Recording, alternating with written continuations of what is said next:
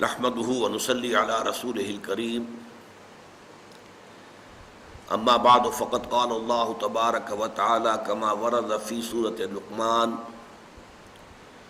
اعوذ بالله من الشيطان الرجيم بسم الله الرحمن الرحيم وإذ قال لقمان لابنه وهو يعظه يا بني لا تشرك بالله إن الشرك لظلم عظيم وقال تبارك وتعالى كما ورد مرتين في سورة النساء إن الله لا يغفر أن يشرك به ويغفر ما دون ذلك لمن يشاء صدق الله العظيم رب اشرح لي صدري ويسر لي امري واحلل عقدة من لساني يفقهوا قولي اللهم ربنا الهمنا رشدنا واعذنا من شرور انفسنا اللهم ارنا الحق حقا وارزقنا اتباعه وارنا الباطل باطلا وارزقنا اجتنابه اللهم وفقنا لما تحب وترضى اللهم انا نعوذ بك من الشك والشرك ربنا لا تجعلنا من المشرکین آمین یا رب العالمین۔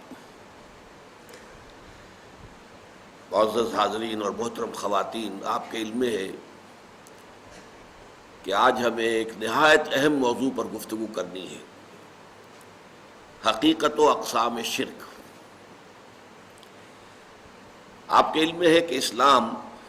دین توحید ہے، اور توحید کی ضد یا اس کا اینٹونیم یا اس کا مخالف شرک ہے۔ تو واقعہ یہ ہے کہ اگر انسان غور سے کام لے، تدبر کرے اور بصیرت کے ساتھ باتوں پر غور کر سکے تو اسے یہ معلوم ہو جائے گا کہ ہمارے دین کی روح سے جو بھی خیر ہے، بھلائی ہے، حق ہے، خواہ اس کا تعلق عقائد سے ہو، نظریات سے ہو، خیالات سے ہو، افکار سے ہو، اعمال سے ہو، اخلاق سے ہو، وہ سب در حقیقت نقطہ توحید کی تفسیریں ہیں۔ ان سب کا تعلق کہیں نہ کہیں جا کر جو شجرہ طیبہ ہے توحید کا، اسے جڑ جائے گا۔ یہ سب کرونریز ہیں اصول توحید کی۔ اور اس کے برعکس شر، گمراہی، باطل، چاہے وہ خیالات سے متعلق ہو، نظریات و افکار سے متعلق ہو، عقائد سے متعلق ہو، یا اعمال سے متعلق ہو، اخلاق سے متعلق ہو، نیتوں سے متعلق ہو، شر جو بھی ہے وہ در حقیقت شجرہ خبیثہ جو شرک کا ہے اسی کے ثمرات ہیں۔ اس کا تعلق کہیں نہ کہیں جا کر شرک سے جڑ جائے گا۔ یہ جو ہماری آج کی گفتگو ہے، جو شاید 3 یا 4 نشستوں میں مکمل ہو سکے گی، یہ ہمارے مطالعہ قرآن حکیم کے منتخب نصاب کا جو درس ثالث تھا، سورہ لقمان کے دوسرے رکوع پر مشتمل، یہ اس کے ضمیمے کی حیثیت رکھتا ہے، اس لیے کہ اس میں حضرت لقمان کی پہلی جو نصیحت اپنے بیٹے کے نام آئی، یا بنی لا تشرک باللہ ان الشرک لظلم عظیم، اے میرے بچے اللہ کے ساتھ شرک ہرگز مت کیجو، اس لیے کہ شرک بہت بڑا ظلم ہے، بہت بڑا ظلم ہے۔ اور یہ میں آپ کو بتا چکا ہوں کہ شرک میں یہ ظلم 2 میں سے ایک شکل اختیار کرتا ہے، یا تو اللہ تعالیٰ کو اس کے مقام رفیع سے گرا کر کسی اعتبار سے مخلوقات کی صف میں لا کر کھڑا کر دیا جاتا ہے، یہ بھی ظلم ہوا، اور یا مخلوقات میں سے کسی کو اٹھا کر محبت کے غلو میں، عقیدت کے غلو میں، مخلوق میں سے کسی ہستی کو اٹھا کر اور کسی پہلو سے، کسی اعتبار سے اللہ کے برابر کر دیا، یہ بھی ظلم ہے۔ امام راغب رحمۃ اللہ علیہ نے لفظ ظلم کی تشریح کی ہے، وضع الشیء فی غیر محلہ، کسی شے کو اس کے اصل مقام سے ہٹا دینا، اور یہ کسی شے کو اس کے اصل مقام سے ہٹا دینا اما میں نقصان، یا تو اس میں کوئی کمی کر دینا، او زیادتن یا کوئی زیادتی کر دینا، وَإِمَّا بِعُدُولٍ عَنْ وَقْتِهِ وَمَكَانِهِ، یا اس شے کا جو وقت ہے معین اور جو اس کا مرتبہ اور مکان ہے، یہ اس میں ظرف کے دونوں پہلو آ گئے، ظرف زمان ظرف مکان، اس میں اس کی اصل مقام سے اسے ہٹا دینا۔ تو ان الشرک لظلم عظیم۔ پھر میں آپ کو بتا چکا ہوں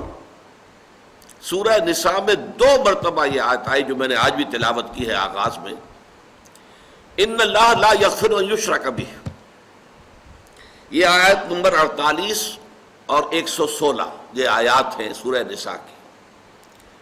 اللہ تعالیٰ فرماتے ہیں ان اللہ لا یغفر ان یشرک بہ، اللہ اس سے تو ہرگز معاف نہیں فرمائے گا کہ اس کے ساتھ شرک کیا جائے، وَيَغْفِرُ مَا دُونَ ذَلِكَ لِمَن يَشَاءُ، البتہ جو بھی اس سے کمتر ہوگا اس کو اللہ تعالیٰ بخش دے گا جس کو چاہے گا۔ اس میں بھی یہ واضح رہنا چاہیے کہ یہ اوپن لائسنس نہیں ہے کہ باقی سارے گناہ بخش دیے جائیں گے، لازماً نہیں، امید کی جا سکتی ہے۔ شرک سے بھی آدمی اس کے گناہ کے عذاب سے بچ سکتا ہے اگر توبہ کر لے، مرنے سے پہلے توبہ کرنے کی توفیق ہو گئی تو بچ جائے گا، لیکن بغیر توبہ کے شرک سے بچنے کا کوئی سوال نہیں، اس کے عذاب سے، اس کی سزا سے۔ لیکن بقیہ جو گناہ ہے، کسی کی نمازوں میں کمی رہ گئی ہے، کسی کے روزوں میں کمی رہ گئی ہے، کسی کا کوئی اور کوتاہی ہو گئی ہے، تو وہ اللہ تعالیٰ خاص طور پر اپنے حقوق کا جو معاملہ ہے، حقوق اللہ، اس میں یہ ہے جس شخص کو چاہے گا پوری فراخ دلی کے ساتھ معاف فرما دے گا، اس کی امید کی جا سکتی ہے۔ یہ تو ایک پہلو ہوا شرک کی اہمیت کا کہ اللہ تعالیٰ نے فرما دیا صاف صاف کہ اس کو میں نہیں بخشوں گا، نہیں معاف کروں گا۔ کانورسلی اسی بات کو قرآن اس طریقے سے واضح کرتا ہے کہ کسی انسان کے لیے، کسی بشر کے لیے سب سے بڑی سند، سب سے بڑا سرٹیفکیٹ، سب سے بڑا ٹیسٹیمونیل یہ ہے اللہ کی طرف سے کہ اللہ یہ مان لے کہ میرا یہ بندہ مشرک نہیں ہے۔ جو شرک سے بچ گیا گویا کہ وہ بہت بلند مقام پر پہنچ گیا۔ شرک سے جملہ اعتبارات سے بچ جانا،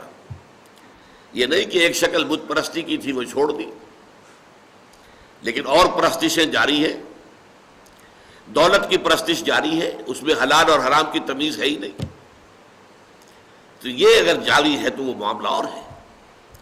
لیکن جو شخص ہر نوع کے شرک سے بچ گیا، یہ گویا کہ بلند ترین مقام ہے انسانیت کا، اس سے اونچا مقام اور کوئی نہیں۔ یہی وجہ ہے کہ آپ قرآن مجید پڑھتے ہیں، تلاوت کرتے ہیں، حضرت ابراہیم علیہ السلام کا جہاں ذکر آتا ہے ان کے محامد اور ان کے محاسن، ان کے مقامات بلند جو مختلف امتحانات میں سے وہ گزرے ہیں، ان کا تذکرہ کر کے آخری بات جو کہی جاتی ہے وَمَا كَانَ مِنَ الْمُشْرِكِينَ، ابراہیم مشرکوں میں سے نہیں تھے، وہ ہر نوع کے شرک سے پاک ہو چکے تھے، ان کا دامن کسی بھی نوع کے شرک سے ملوث نہیں تھا۔ حالانکہ حضرت ابراہیم کا آپ کو معلوم ہے مقام کیا ہے، ایک طرف تو آپ کو معلوم ہے وہ ابو الانبیاء ہیں، ان کی اولاد میں سینکڑوں نبی پیدا ہوئے، سارے انبیاء بنی اسرائیل انہی کی نسل میں سے ہیں نا۔ اسرائیل کون تھے؟ حضرت ابراہیم کے پوتے، حضرت یعقوب ابن اسحاق ابن ابراہیم علیہم السلام، ان کی نسل میں جتنے بھی آئے۔ پھر سید المرسلین، آخر الانبیاء، خاتم النبیین محمد الرسول اللہ، وہ بھی حضرت ابراہیم کی نسل میں سے آئے، حضرت اسماعیل کی اولاد۔ تیسری شاخ ایک اور تھی حضرت ابراہیم کی اولاد کی، بنی قطورہ، ان میں بھی انبیاء آئے، جن میں سے ایک کا نام بہت مشہور ہے حضرت شعیب علیہ السلام۔ تو سینکڑوں انبیاء، ابو الانبیاء ہیں یہ۔ پھر اللہ تعالیٰ کے ساتھ ان کی نسبت کیا ہے؟ خلیل اللہ، واتخذ اللہ ابراہیم خلیلا، یہ سورہ نساء ہی میں آیت نمبر 125 میں فرمایا۔